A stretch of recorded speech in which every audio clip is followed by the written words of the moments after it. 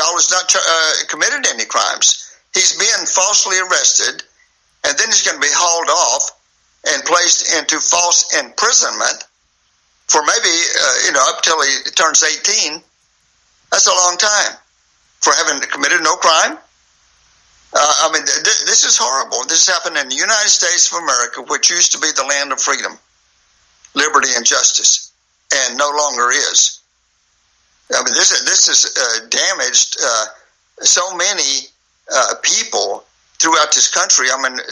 Several years ago, when they were having the last presidential election year, I was attending a Ted Cruz rally in Kannapolis, North Carolina, with Mike Talent, the chairman of the 8th Congressional District for the GOP in Cabarrus County.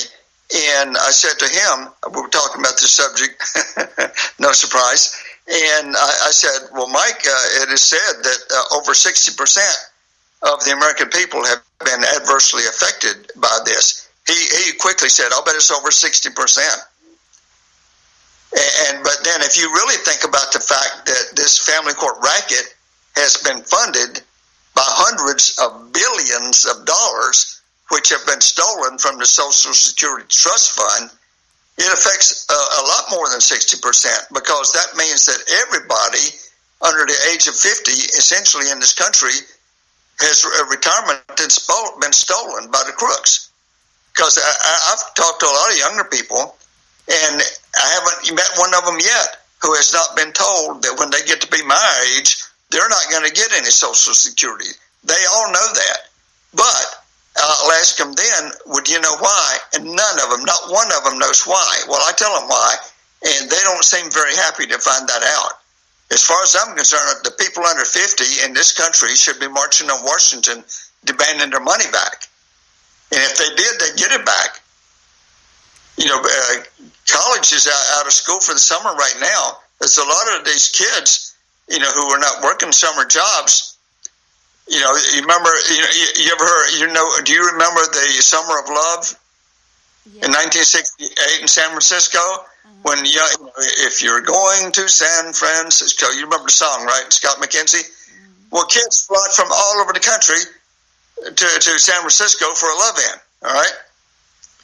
This could be, this century, 2019, the summer of freedom in Washington, D.C., and their parents should fund their trip. This is a lot more noteworthy than going to San Francisco for a love-in, to go into D.C. to demand the restoration of the Social Security Trust Fund. Well, I think one of the main obstacles which I've been trying to overcome is the targeting that goes on in the movement. And a lot of these people that try to set up these events often become victims of targeting.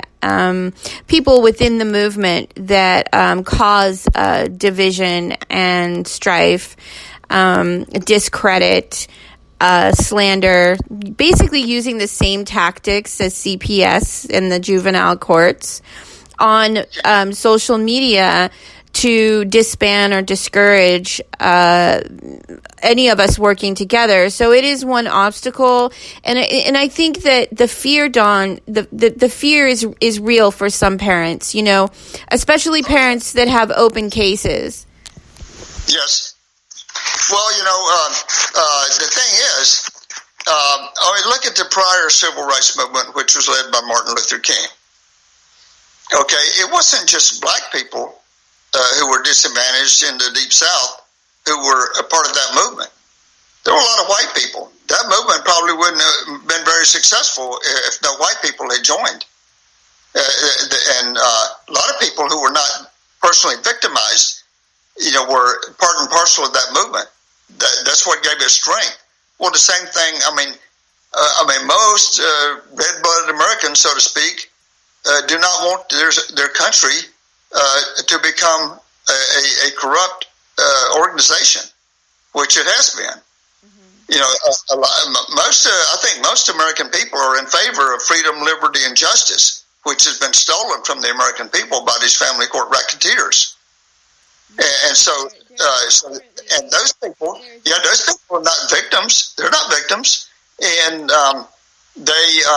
but they can support the movement. I think everybody,